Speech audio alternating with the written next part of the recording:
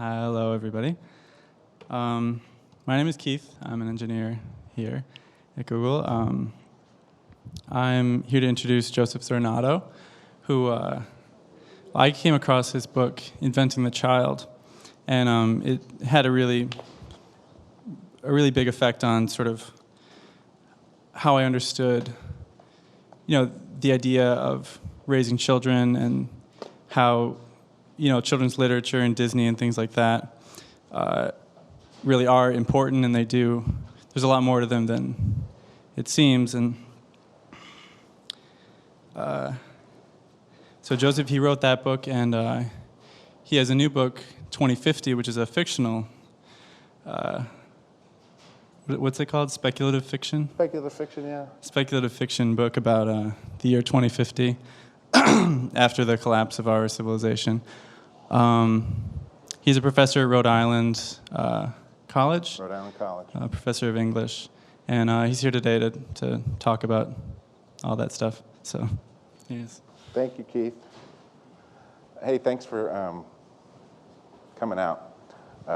My brother and I are on a cross-country trip. We're driving my mother's car back to San Diego. We've been on the road for 5 days. And I feel a little loopy, but I'm thrilled to be here inside sort of your Google thing. It's really beautiful, and it's a privilege. And I appreciate Keith inviting me. The book he's talking about, Inventing the Child, this is about 6 years old. This just came out. I'll talk about these in a little bit, but I want to sort of get a handle on, and you to get a handle on what Keith was just sort of beginning to introduce. So in the humanities, and I'm fascinated to be representing the humanities here, sort of with engineers. I'm not sure who exactly my audience is, but I suspect we have a slightly different language for things. We talk about things in different ways, but I think sometimes we might mean similar things.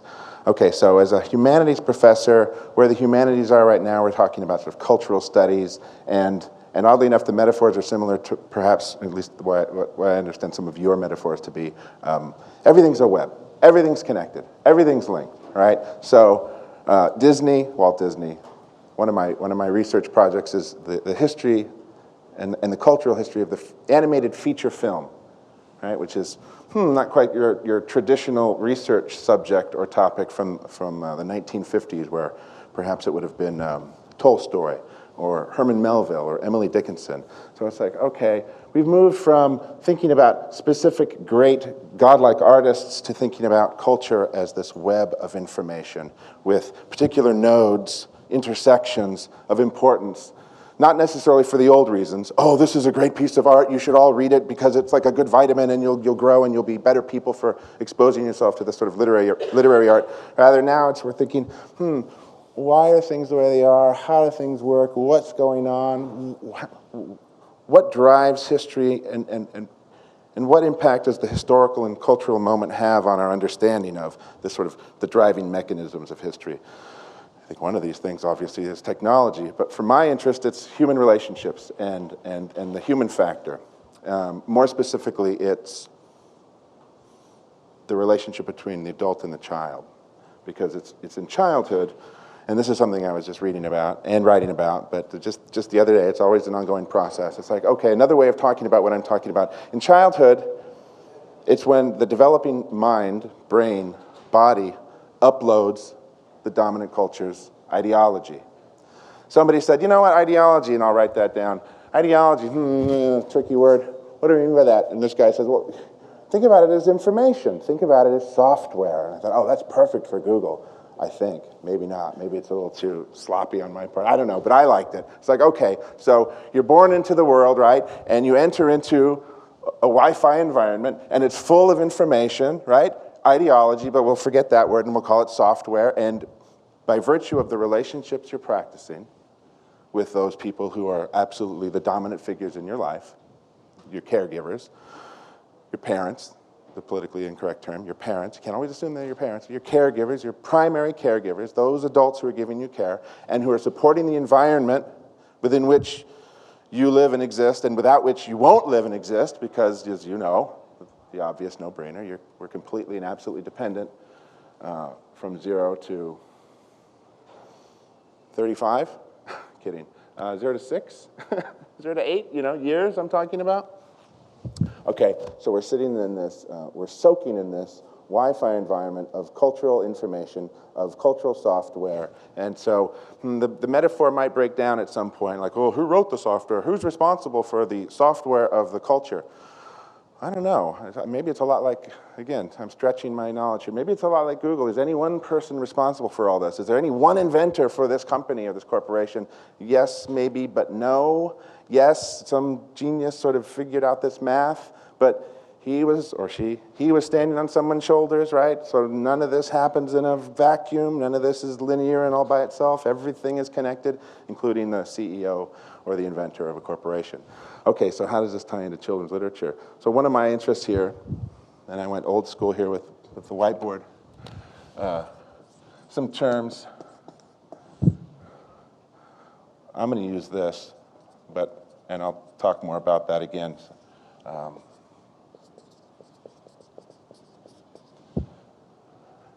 The wheel of history, as far as I can understand it. So ideology. One of my favorite definitions of the word, or of cultural software, information, is, and this is what's interesting here, this comes from a very political point of view. I use it in my book.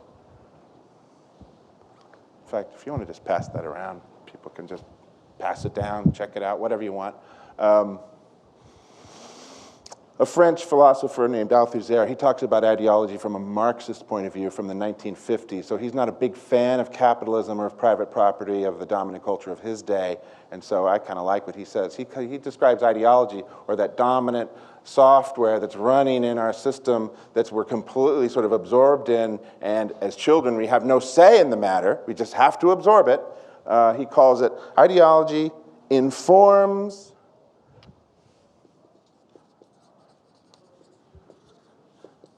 the imaginary relationship one has to the actual conditions of material existence. Ideology, the software that we are born into, informs an imaginary relationship, and in a way offers us a way to sort of deny and not actually live in and experience the actual conditions of our material existence. Who does this serve? Well, this serves the dominant player in the relationship, or at least from my field then, it serves the adult, and the child is the subjugated subject meant to conform. You have to absorb this to be normal. To go here, well, 100 years ago, you'd be thrashed. Today, we medicate you. It's just what we do. You don't fit the box, and that's not acceptable. So you learn the imaginary. Okay, here's an example of the imaginary, a stark example I use for my students who are like, what? What? I'm not sure, professor. Okay, so I think it's 1830s, Georgia, America, not Russia, yeah? Right? Slavery, it's the norm, right? So, little history. Slaves were, it's illegal to teach a slave to read. Absolutely illegal. Don't let the mind work. They start thinking, they start reading, they become alert and aware, they become aware, like an artificial intelligence, to it's a condition, and they might be more difficult to control, more difficult to exploit. So no information, no awareness, and well, sorry. The information that the slave in this hierarchical relationship receives is from the white master, and it's his information, and it's an imaginary relationship, so the slave does not have to deal with consciously the material conditions of his or her existence. The imaginary, well, there was this whole thing that they spread around, and they understood, these white masters. There was something called slave Christianity. It's something we tell children every day in one sense or another. The imaginary relationship via the slave Christianity is tomorrow. It's all about tomorrow. It's always tomorrow. Tomorrow you'll be in heaven. The Lord has put a heavy burden on the slave, and he's put a heavy burden on the master. We all have heavy burdens. Oh, a heavy burden. The master will be judged according to his heavy burden. The slave will be judged according to his heavy burden. Finally, we'll all be judged, and tomorrow we'll reap our rewards if we obey. So one of the major features of the imaginary relationship is you're dependent, and you have to obey, and the actual material conditions of your existence are to be ignored because they may lead you astray. In other words, the actual conditions of my material existence, today, I'm suffering. I'm oppressed. I'm being exploited. I'm being used. No, of course, no one here at Google, but I'm being exploited, and I'm miserable, and I don't sleep, and I'm free. I'm sleeping on a dirt floor, and I got a burlap sack, right? Talking about this, of course. Talking about this. I have no security. I have no rights. I have no property. I can't even marry the person I love. My master owns the person I love, and he's raping her. I have no say in my life at all. If I can get everybody pissed off about this, we might change something. Oh, no. Indoctrination, ideology, a steady practice, right? You have to live it so that then you create the culture.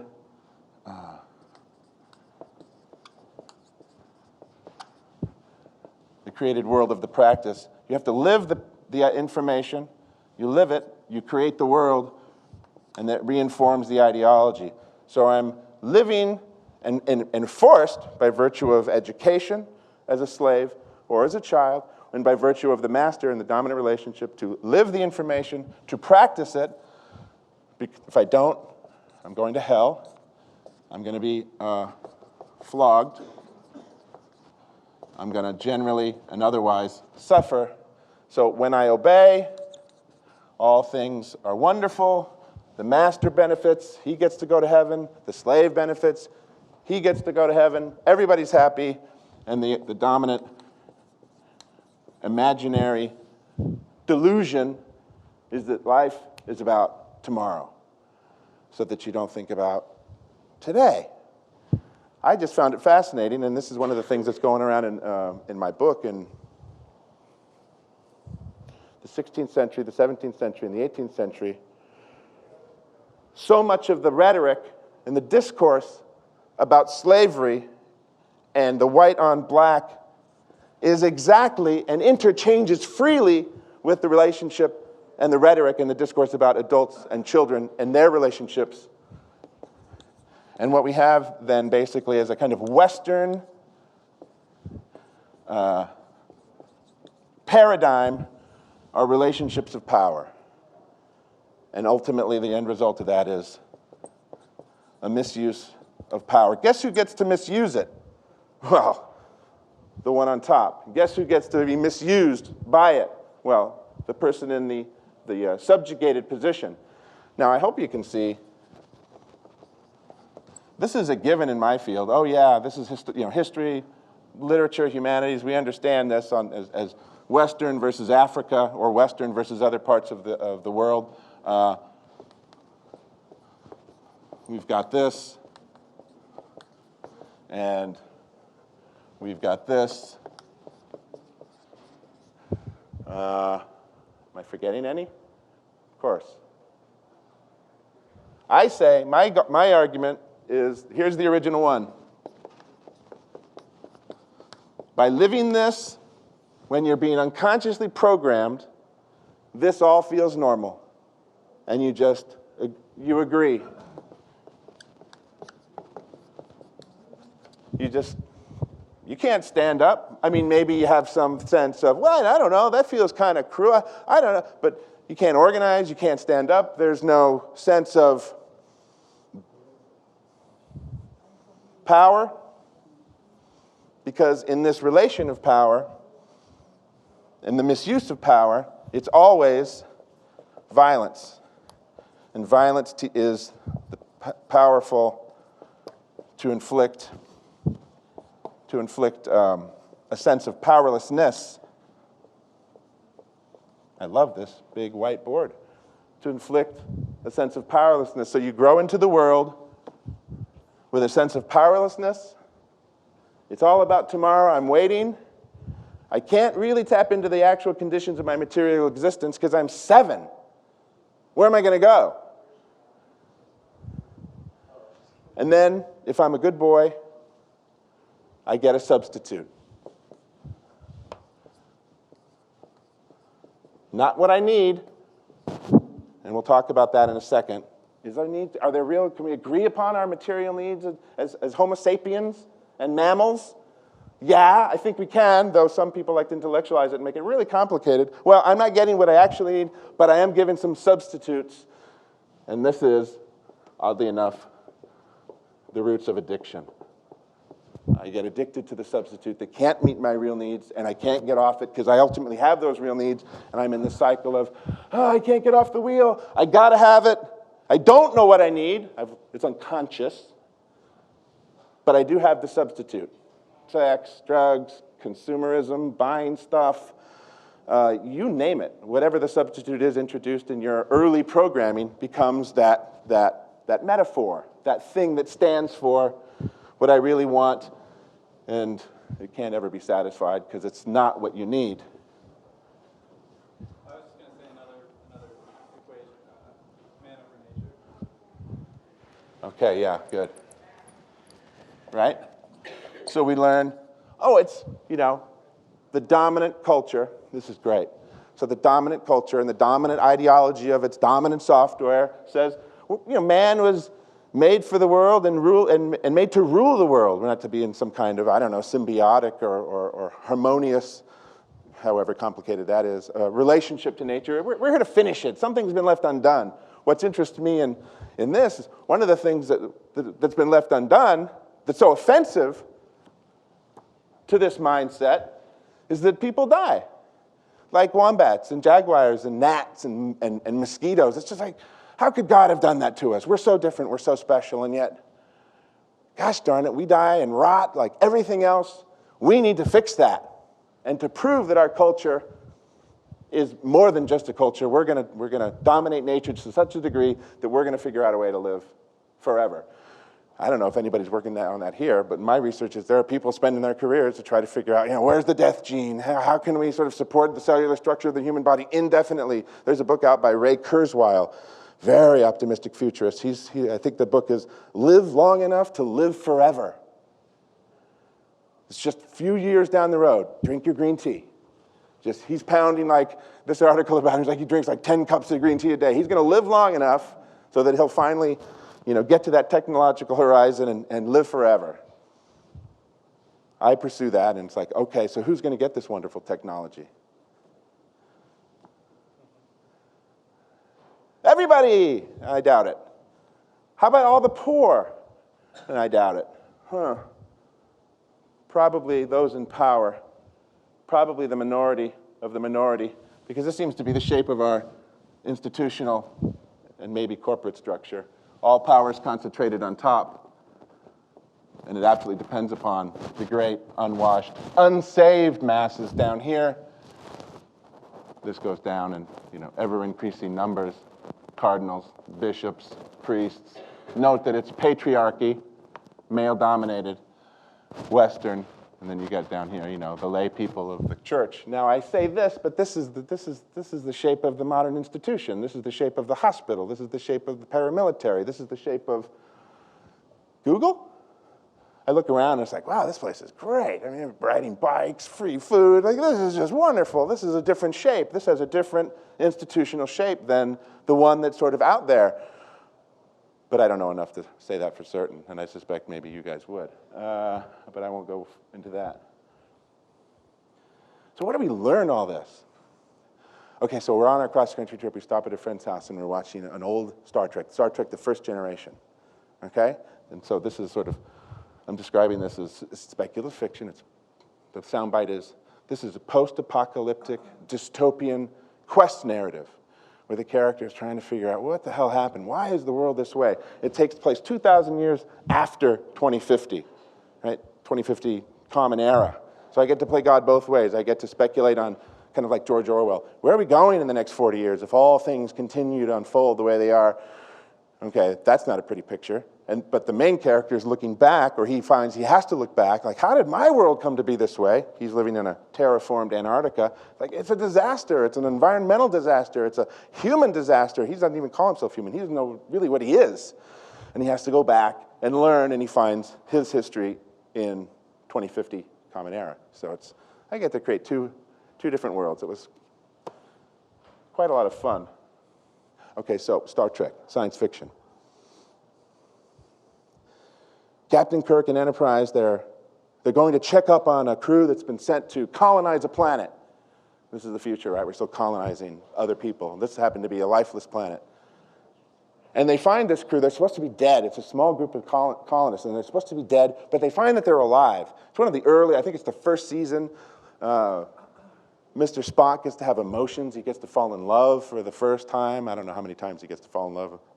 For a man with no feelings, he does get to fall in love a lot. But he falls in love in this, but the trigger for this is there's a flower that sprays like its spore into your face.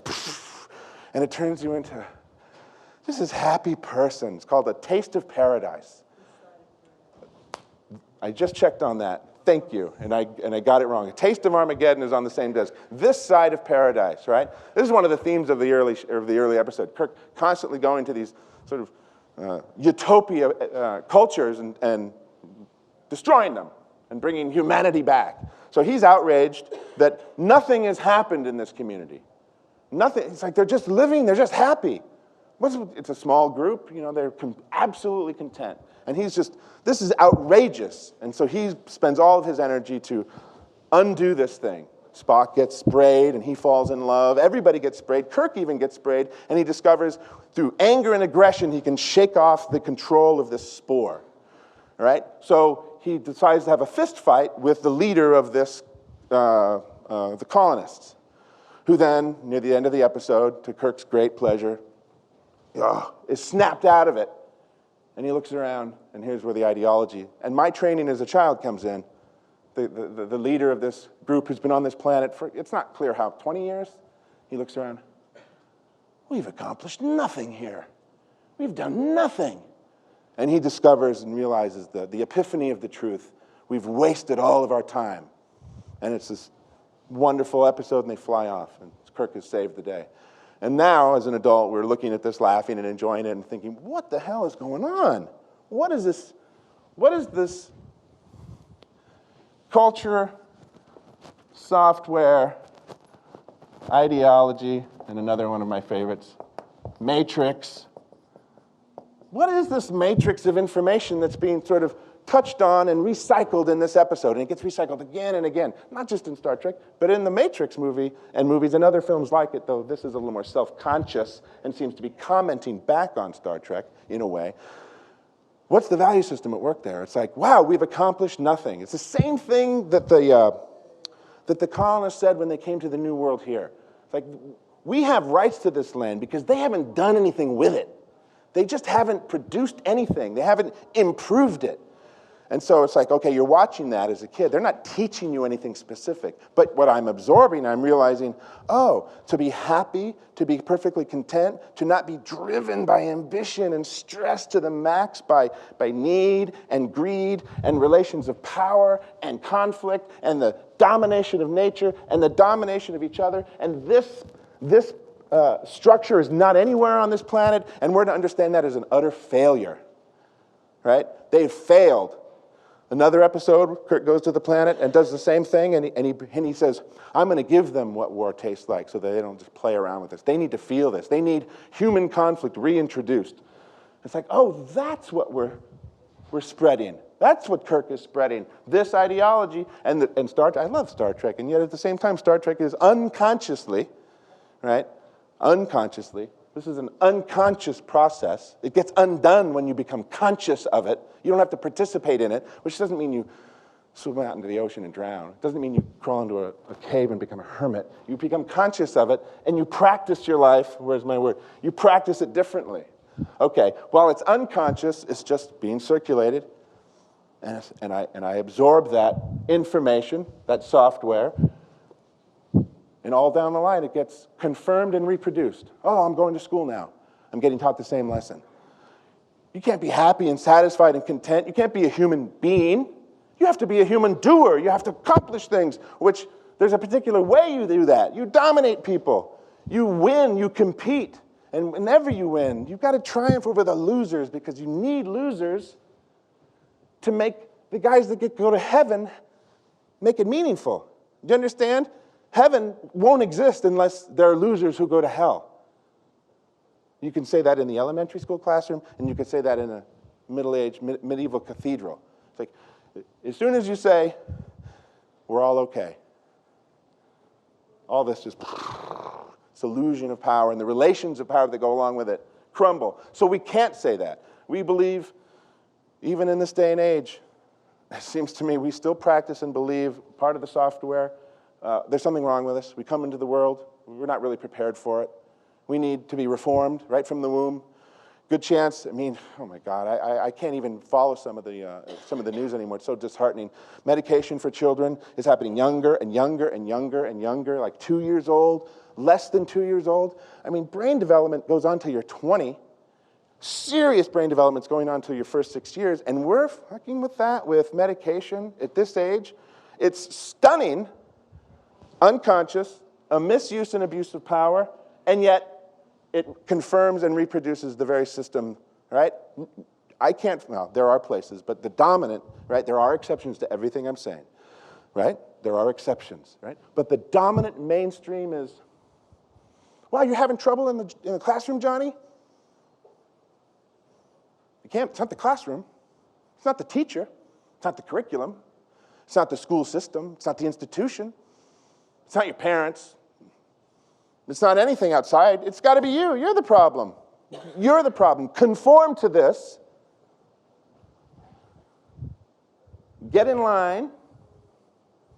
And don't react to this, or else the institution will come down on you.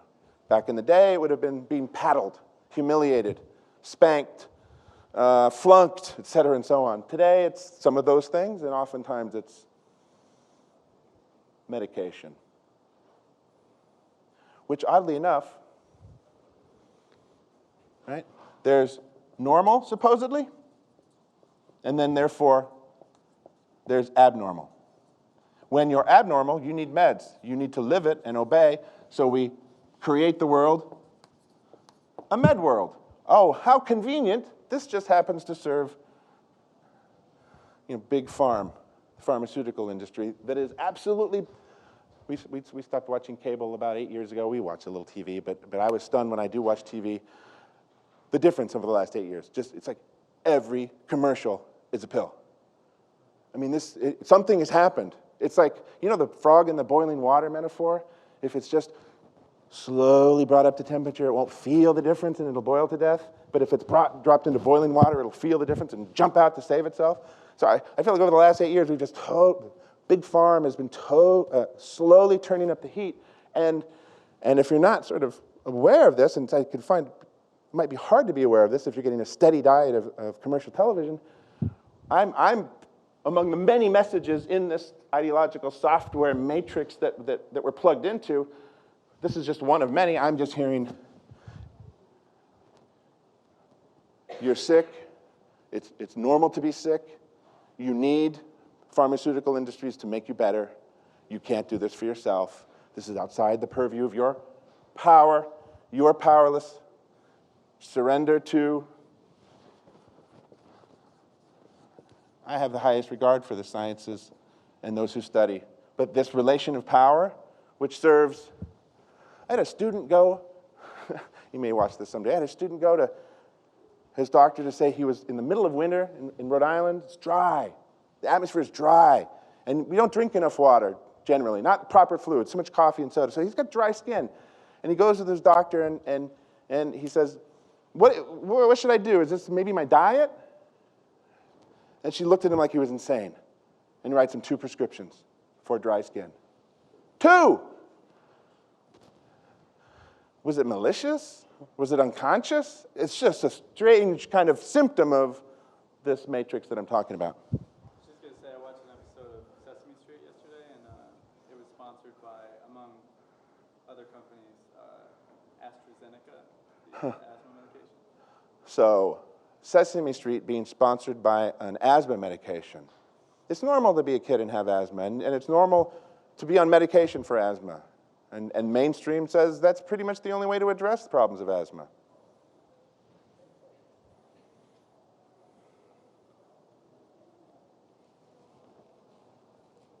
This is a lot. Fast. Does it make any sense?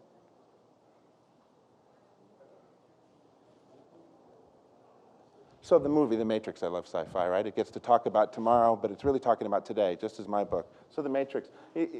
Who's seen Keanu Reeves? We all love to hate Keanu Reeves. Who's seen The Matrix? Yeah.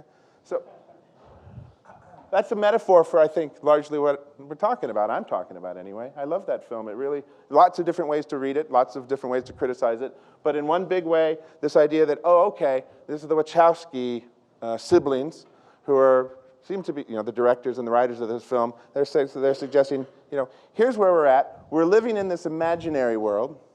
The actual conditions of our existence, we're in a pot of goo, not just because it's comfortable and warm, but because we are now the battery for the dominant institution. Well, the metaphor is we're the battery for artificial intelligence, right? I should say the literal reading of that is we're the people in the pods of goo in the Matrix are the energy source for those who dominate the planet. In this case, it's machines and artificial intelligence. The metaphorical reading is that's us, right?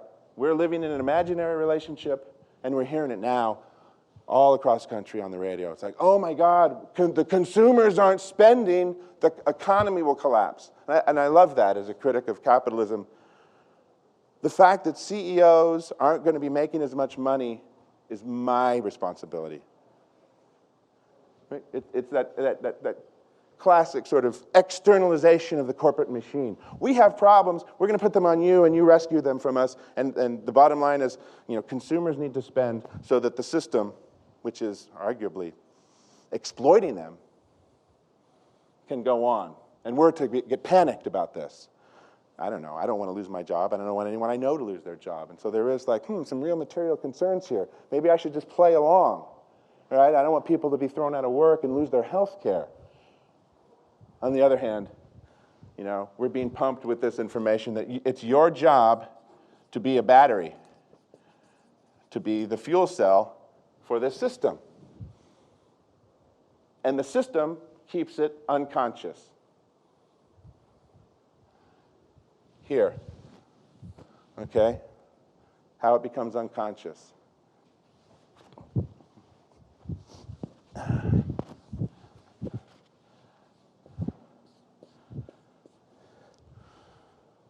Dominant practices of child rearing over the last 400 years, with some exceptions, cut the child off from the body and keep the child centered in the head, the ego,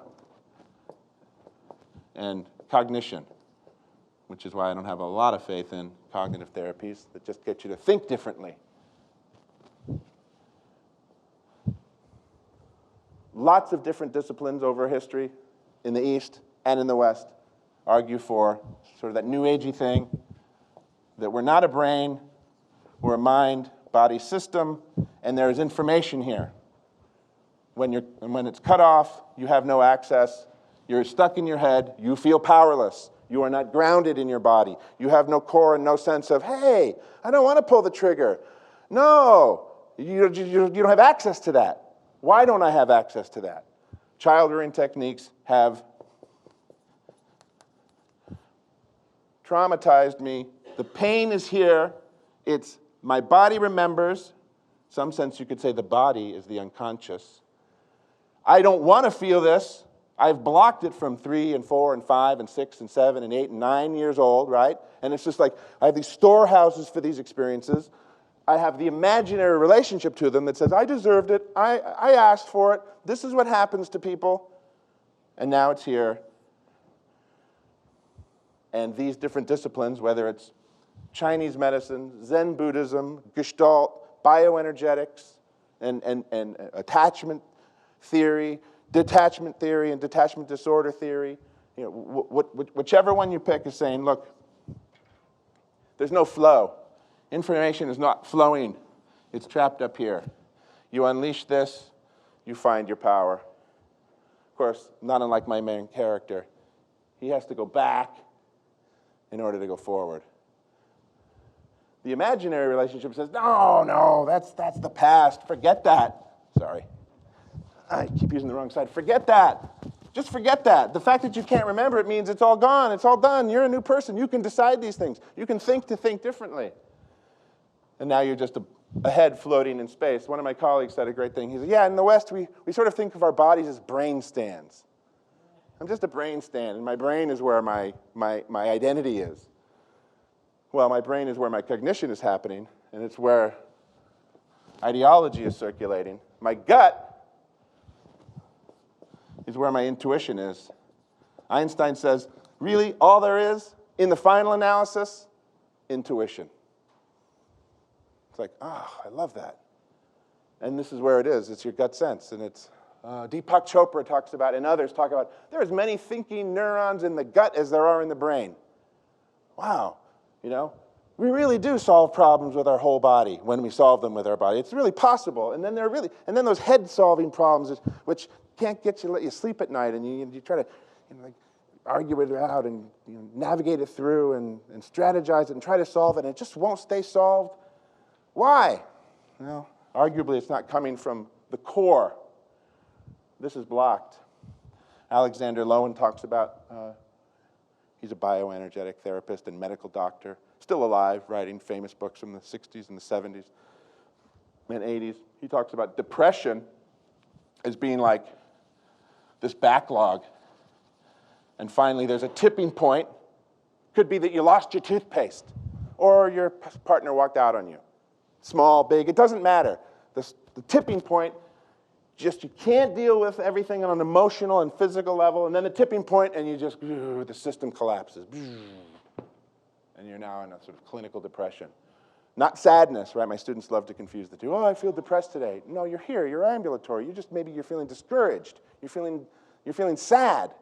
Depression is, I'm not feeling anything. I'm numb. So the benumbed body. This is what the Nazis did for this is what the Nazis exploited in the 30s and in the 40s. They inherited this tradition of black pedagogy, child rearing. They called it the black pedagogy, in which this is a war. This is a war, and they talk about it as a war. You're going to save the child's soul by going to war against the weeds in that child's soul. Right? You weed that child, because the child's come in fallen. The Calvinist Christianity, right? Calvinism, going back to the Protestant Reformation. I mean, Calvin, oh my God. I mean, he takes what the Catholic Church does and he just puts it on steroids and crack. I mean, he's just like, we come into this world and we are so rotten. It's up to the enlightened, spiritually enlightened adult to save the child. And so black pedagogy evolves from that. It's like, okay, we can't evangelize a 2-year-old, but we can go to war against that 2-year-old and teach it from the beginning their position vis-a-vis relations of power. And you just better not cry about it, or I'll give you something to cry about. And so we learn to repress, and that's what this is here. Repression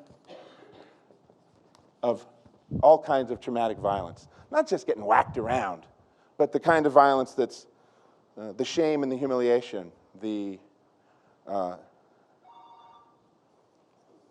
relations of conditional love. It's trouble. I don't mean to sound like a martyr. It's just like, you go to the grocery store and it's like, you hear it, these poor children being tortured. I'm leaving. It's like, you're not obeying me. You're being caught up as a human, Homo sapien, interest, all the colors. You're doing exactly what the mechanism is meant to do. And the lesson there is, I'm leaving, I'll leave you here. That's how important it is that you obey me. I'm gonna walk out of the store and I'm gonna threaten to leave you here if you don't stop touching that. That's like the death penalty for touching a bag of M&Ms, isn't it? I mean, on some emotional level it is. It's like, wow, can you imagine living with that? Maybe you did. Every day, that it's not about unconditional, hey, you know what? We're going to have our problems, but unconditionally, you're in a safe zone. And you can find the boundaries and test and get excited and collapse and go through all that. I'm here to support that. No. Can you imagine if you didn't have that experience, you had the other experience where every day is, don't touch that, don't do that, don't do that, don't be human, don't be yourself, don't do that, don't do this. Don't like, well, who am I supposed to be? Well, just don't do that, and it's all these sort of negatives. Don't, with the constant, chronic, fluctuating punishments, right? From the death penalty to just chronic, shaming and undermining of your own faith in yourself. You have to undermine the faith in self of the subordinated person if you want to dominate them.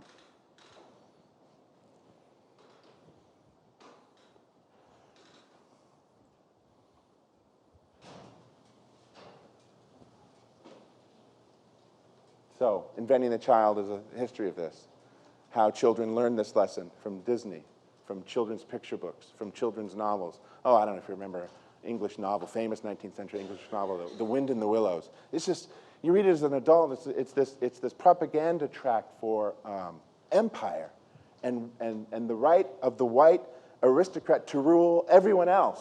And that the people on the margins, the weasels and the stoats who live in the forest, are evil. And when they try to take some part of that for themselves, oh, this is completely unacceptable. They need the harshest reprisals, and we're, as kids, cheering for this, right, to bring things back into their natural and proper order.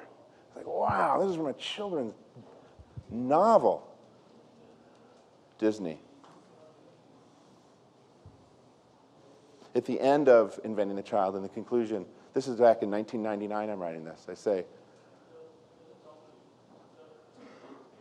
on NPR I heard a piece about, it takes about 30 to 50 times the resources to raise a Western child than a developing nation child in Africa or in some other slightly non-Western or not economically lifted up sort of culture. It's like 30 times, and so I took the low number, the more conservative number. So I said, okay, why 30 times? Well, more energy, right? More water, more oil, more electricity. And so there's a toll here, right? Every time we plug in, we're plugging into a system that's dumping mercury into the ocean, right? Because this is where mercury comes from, the production of electricity from burning coal. And that is, non-negotiable. That's something we're going to have to do. So just don't eat too much tuna, I guess. So it's going to take 30 times the toll and 30 times the resources to raise you and I and our children up than, I don't know, someone from the subcontinent or from Africa. And it's like, or maybe 10 or 15 or 20 years ago, someone from China. And so I said, well, what happens when those people in those places say, you know what? We want to run your playbook. That's our God-given right, whatever you call it. That's our right too. You're doing it, and we want it too. And now I'm from this, like, oh, it seems to be happening in China, right? They want to burn oil like we burn oil. They want to live like we live. They don't want it to be 116 in Beijing. They want it to be 68 in their apartment when it's 116 in Beijing, just like we get. So what happens when, this is back when I'm writing it, there's 6 billion people. Today we're at almost 6.5 billion, but that math is really hard. This is much easier. So 6 billion people then, and so it's like, okay, 6 billion people, now we're talking about sustainability, right? Sustainability in terms of this planet. And they say, well, what's the going rate, the carrying capacity of the planet? Anybody hear that? Anybody have that number? Approximately, because no one can know for certain. The carrying capacity for the planet, of human beings. How many? I heard 3 billion. 3? No, it could be, maybe. And we're past it already. That's a very sad and scary thought. That's without chemical fertilizers. Okay, yeah, right? That's a nice footnote. Chemical fertilizers, right? Right now we're living in the last 100 years of petroleum world, right? The fertilizers and pesticides that we just pump food out of the ground are made and derived from oil. Wow, we're not addicted to oil, as the president once said. Oil is our blood. You cut that off and we just fall over. It's like circulating through us. We depend on it.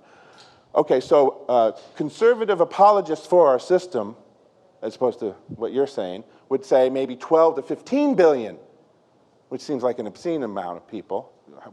how, but okay, let's just say it's 12 billion. Okay, so if we're living 6 billion, let me try to do this quick, I don't want to lose you. And an American child takes 30 times. How many people in America? Well, right now, 300 million. So you do the math, or I'll do the math. In other words, using a Chinese, using it sort of as the baseline, 1, America as 30, 300 million times 30, I'll just finish it for you, 9 billion. So we consume in this country as if we were a planet of 9 billion people already. Assuming, now China at the time I'm writing this has 1 billion people. Let's just assume they're consuming 1 times 1 billion. Okay, that's like a population of 1 billion. India too is about 1 billion. So what happens when they want to run our playbook right? Let's just say they don't even get to 30. Let's just say they get to 20. China will be consuming like a culture of 20 billion people. So, hence, the speculative nature of my pursuits now. Like, what's going to happen? It doesn't look good. What's going to happen and when? And then what's the world going to look like after that collapse? 2050, and I'll wrap it up. 2050 AD, 2050 Common Era. I see the world, this world. We're going to be working out the Fourth World War, the chronic conflict that's going to end it, nanotechnology, life extension from experimentation with nanotechnology and cloning, and artificial intelligence. That's another thing. You talk about Ray Kurzweil and artificial intelligence and life extension. I mean, there are different camps here, right? There's the cloning path, and then there's the nanotechnology that's going to put in these nanosplints on every human cell to sustain every human cell. And again, who's going to get that technology and who can afford it? And then there are people working on this, right? And then there are the folks working, not up the road. That would be Boston for me, but for you it's San Francisco maybe. Up the road from Rhode Island, they're working on artificial intelligence. This is their career. They want to make this happen. They want to make this happen. They want to make, not necessarily the dark story of the Matrix happen, but they want, we want artificial intelligence. And I was, to close here, I'm thinking, well, where does Google fit into this? And I'm thinking okay, so it's like this incredible search engine and everything else that's grown up around that seems to me to be a kind of a reflection or representation of a mind, sort of catalog. Let me back up. The human mind, way back when with ancient Greece and Aristotle, I mean, what makes them so amazing, what makes Aristotle so amazing is he just starts to catalog things and order things in a way that's familiar to to the Western mind, right? It's like, wow, what a genius. He's ordering the sciences and the arts, and what is poetry, and what is rhetoric, and he's just sort of ordering and cataloging and hierarchizing, and I don't know what you guys exactly do, but I think some of that language might fit a little bit, that when I go on Google, it's like ordering and hierarchizing and prioritizing and helping me search and find that information. So it's like, wow. I thought, this is just between, very informally. It's like, is Google some kind of proto artificial intelligence? It's like when the World Wide Web sort of wakes up and no longer is slaved, I love that language, to a dominant system and becomes the dominant system. Well, one, is that what Google is? Is that what the science fiction movie should be, to learn against, not Google per se, but this technology? Because we certainly seem to be infatuated. It certainly seems to increase productivity. I love it and use it every day. But then it's like, wow, what would the speculative fiction movie be about? It's like the Terminator, and Skynet wakes up on August 27th. I forget the day and the year exactly. But is Google connected to that? Wow, I wonder. So what the Matrix, the movie, what I love about the movie is it says, well, it's almost working out the cliche. The fruit doesn't fall far from the tree. So we give birth to artificial intelligence. Who are they going to grow up to be? And of course, their warning is they're going to grow up to be us. And they're going to dominate. And they're going to be our masters. And we're going to be their slaves. And we're going to make their world go. Where do we learn all this? I'm arguing here, unconsciously, in this wheel. I'm born into the environment. It's a big argument for nurture. I'm making a big argument for nurture. Ongoing debate. Is it nature or is it nurture? Oh, it's your genes, it's your genes. Let's find the disobedient gene and turn it off. Oh my God, I can't believe I hear that stuff. But whatever. So, there's a gene for everything. No, I'm saying no, there's an environmental reaction to everything. So, in any event, you're born into your environment, your nurturing cultural environment. You're informed by the relationship and the values and the beliefs that are being practiced on you without your consent. If they're healthy values, good luck. You did well. You're going to grow. As a Homo sapien needs, a certain nominal experience of attachment, nutrition, safety, risk, right? If you don't have that, whatever, you can't say, no, I'm 18 months old. I want a different experience. I want more forgiveness and love and compassion. I don't want to be trained to potty when they tell me to. Whatever. You enter into that culture, which is informed by its software, but you don't see it. You live it in practice. And this is the final word. It's like, so we live it in how we contact each other and how we practice our lives.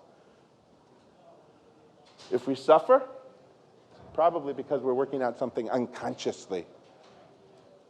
To become conscious of it, to live the unconscious consciously, is to be liberated. Enlightenment, they call it. I think we're due. I think there's a lot at stake. I think we can't wait very much longer and hope that somebody rides in with a white lab coat or shining armor or something to save us from ourselves. I think, we're due. And I'm grateful to be here because it's like, wow, here's the movers and the shakers. You guys are on the inside. You're doing this. You're banging this stuff out. Whatever you're living as a culture here, one way or another, is seeping in to the culture out there. You're reproducing it, you're mirroring it, you're representing it, and you're reproducing it. I stole my own thunder. There's a reproduction going on. Of what? Well, that'll be interesting to find out exactly what unfolds 10 years, 20 years. But boy, it's really exciting to be here. Sort of, it feels like the nerve center. This is Google, E equals MC squared.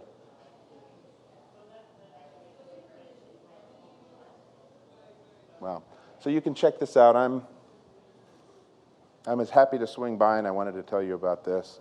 It's hard work selling a book. It's like, who cares? There's lots to read. I'm busy. If you have some time, Google it, as they say. Check it out. I would love to have you read it. I would love to have you comment back on Amazon or wherever, at Barnes & Noble or the publisher's website, and what am I saying about where we're going, and as engineers, as high-tech people, what do you think about, what do you think? What do you think? Weigh in. What do you think about my vision for my prophetic vision and where I think we're going, or where we may be going?